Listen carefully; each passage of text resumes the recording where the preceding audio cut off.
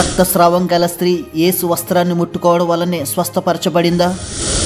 యూదుల చట్ట ప్రకారం రక్తస్రావం కలిగిన స్త్రీ పాటించవలసిన కఠిన నియమాలు ఏమిటి?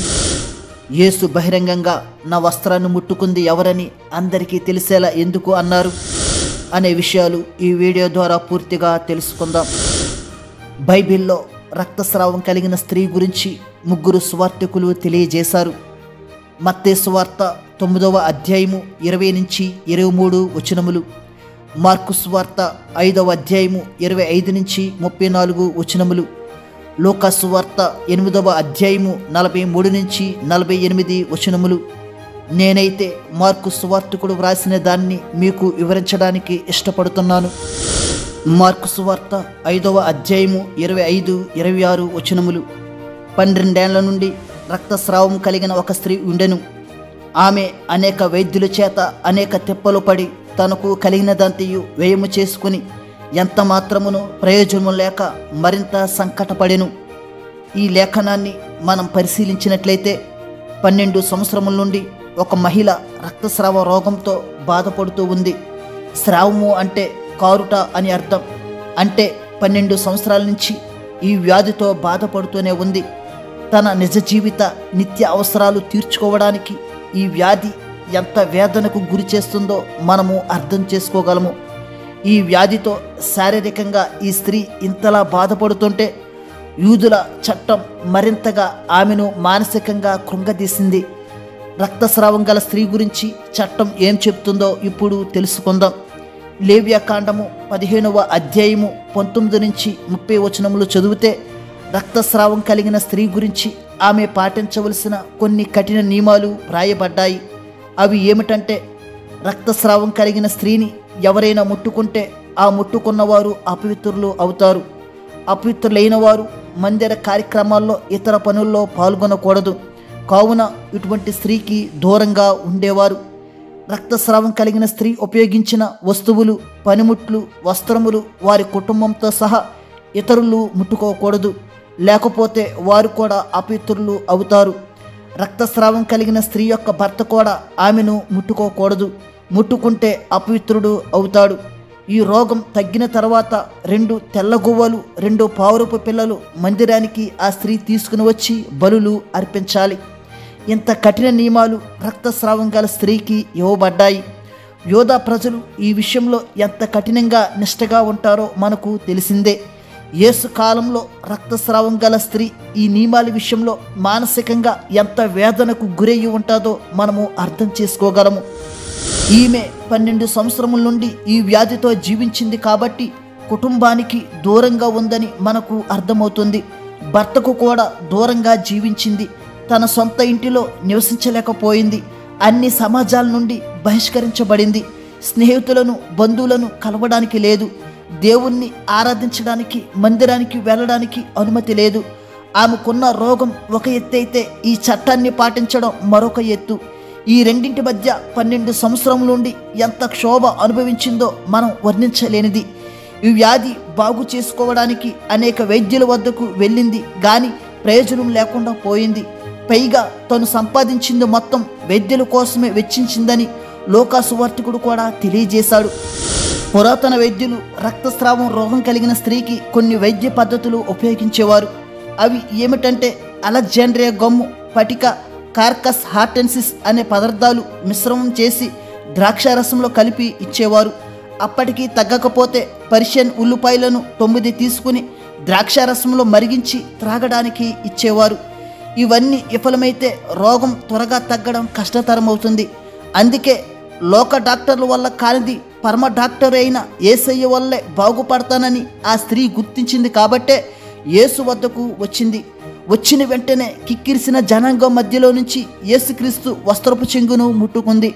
కారణం ఏమిటంటే, ఆమె బహిరంగ సమూహంలో వారి చట్ట ప్రకారం కలియకూడదు. అందుకే రహస్యంగా ఆయన వస్త్రాన్ని ముట్టుకుంది. ఇంతకు ముందు వస్త్రం ముట్టుకోవడం ద్వారా యేసుక్రీస్తు ఎవరినైనా స్వస్థపరచబడినట్లు ఆధారాలు లేవు. కానీ ఈ స్త్రీకి ఒక మూఢనమ్మకమైతే కలిగింది, వస్త్రం ముట్టుకోవడం ద్వారా స్వస్థపరచబడతానని. అయినప్పటికీ పాక్షికమైన మూఢనమ్మకంతో పాటు అత్యంత యేసయ్య స్వస్థతా శక్తిని విశ్వసించింది. నిజానికి యేసుక్రీస్తు వస్త్రంలో ఏ మాయాజాలం లేదు. ఎందుకంటే అంత జనసమూహంలో యేసయ్యను అందరూ తాకుతూనే ఉంటారు. ఇది సహజం. అప్పుడు వెళ్ళని ప్రభావం ఈ స్త్రీకి మాత్రమే ఎందుకు వెళ్తుంది? కానీ మానవుడికి యేసుకు మధ్యలో విశ్వాసం అనేది ఉన్నది. దాన్ని గ్రహించగలిగినప్పుడే ఇటువంటివి పొందుకుంటాం. మత్తయి 9:21లో పై వస్త్రం ముట్టుకున్నట్లుగా వ్రాయబడింది.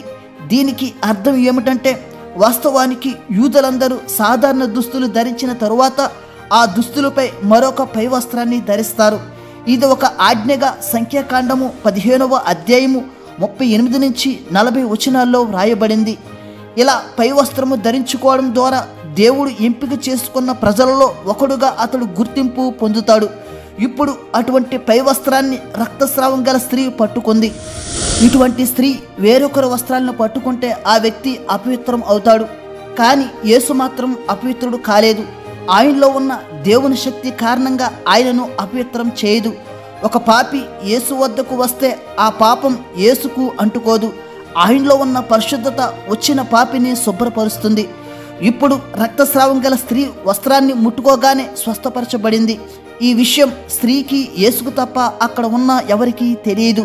తెలియనప్పుడు యేసు మౌనంగా ఉండవచ్చు కదా. పైగా బహిరంగంగా నా వస్త్రాన్ని ముట్టుకుంది ఎవరు అని అందరికీ తెలిసేలా యేసుక్రీస్తు గారు అన్నారు. వెంటనే శిష్యులందరూ ఆశ్చర్యపోయారు.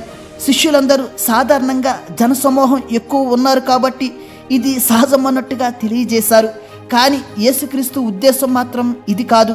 బహిరంగంగా అందరికీ తెలిసేలా ఎందుకు అన్నారు అంటే, ఆమె స్వస్థత పొందిందని అందరికీ తెలియడం కోసమే.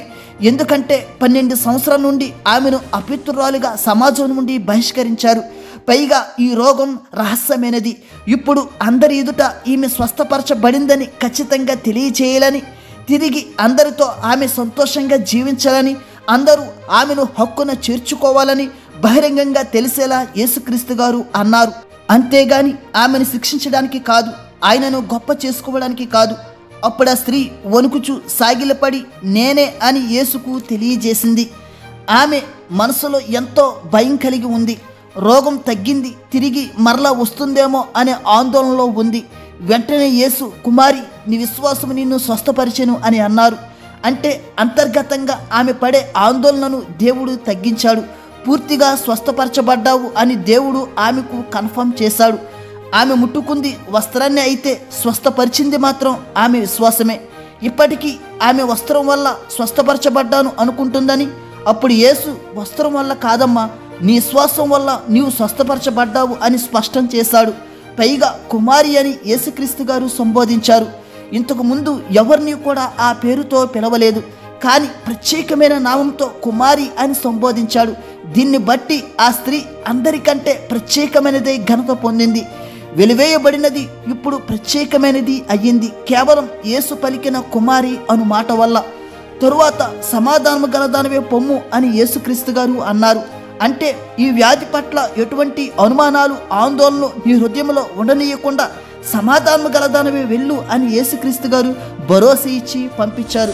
ఇప్పుడున్న దైవజనులైతే నా మందిరానికి రావడం వల్ల స్వస్థపరచబడ్డావు, నా ప్రార్థన వల్ల స్వస్థపరచబడ్డావు, నా తైలం వల్ల స్వస్థపరచబడ్డావు, నా హస్తం వల్ల స్వస్థపరచబడ్డావు, నా వాక్యం వల్ల స్వస్థపరచబడ్డావు అని డబ్బాలో రాళ్ళలాగా గుండెలు బాదుకుంటున్నారు. కానీ యేసు మాత్రం అలా అనలేదు. నీ విశ్వాసమే నిన్ను స్వస్థపరిచింది అన్నారు. కానీ నా వస్త్రం వల్ల, నన్ను తాకడం వల్ల, నా శక్తి వల్ల, నా ప్రభావం వల్ల అని అనలేదు. కుమారి, నీ శ్వాసమే నిన్ను స్వస్థపరిచింది అని అన్నారు. ఈ సన్నివేశాన్ని బట్టి అందరూ మేల్కొనాలి. దేవుడు మిమ్ములను, మీ కుటుంబములను దీవించునుగాక. ఆమేన్.